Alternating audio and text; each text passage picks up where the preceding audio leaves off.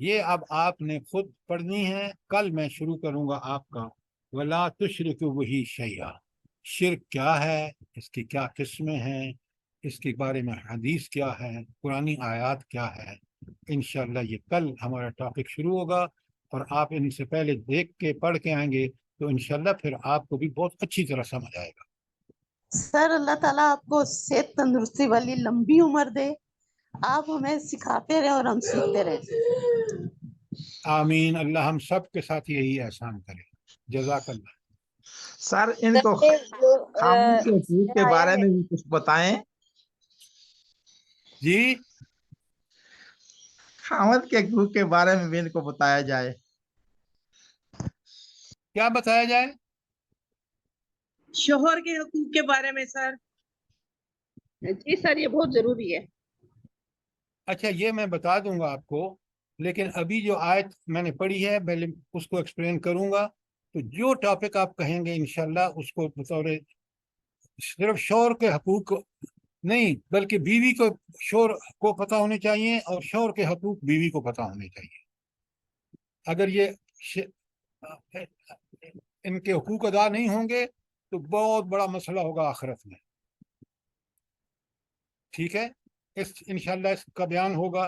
لیکن ابھی کیونکہ ہم آیت 151 بہت اہم ہے، تو اگلی دفعہ ہم شرک سے شروع کریں گے پرسوں انشاءاللہ، کل.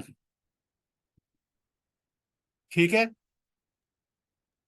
سر یہ اکثر انشاءاللہ لوگ کہتے سر. ہیں کہ مطلب مہنگائی اتنی زیادہ ہے تو ایک دوست زیادہ بچوں کا کیا کریں، نہیں ہو سکتا، تو مہنگائی ہے، ان کی ضرورتیں صحیح طریقے سے پوری نہیں ہو سکتی. تو وہ بھی اس حکم میں آ رہا ہے وَلَا تَقْتُلُوا أَوْلَادَكُم مِّنْ إِمْلَاقٍ. بالکل آ رہا ہے، بالکل آ رہا ہے. اس لیے آپ لوگ پتہ نہیں کس دنیا میں رہتے ہیں. سر عمل یہ آگے خود ہی اللہ کہہ رہے ہیں نا کہ نحن نرزقکم، کہ ہم ہی رزق دیتے ہیں تمہیں بھی اور انہیں. بھائی میں ایک ایسے گھر میں پیدا ہوا تھا، میرے باپ بالکل ٹھیٹھ زمیندار تھے، اور انہوں نے ان چیزوں کو کبھی خاطر میں نہیں لایا. آج میں نے ڈالر میں تنخواہ لی ہے ملٹی نیشنل میں. یہ میرا کمال تھا؟ ہرگز نہیں. یہ اس رب نے رزق خود لکھ رکھا ہے، آپ کو اس تک پہنچا دیتا ہے. آپ خود اپنے آپ کو دیکھیں.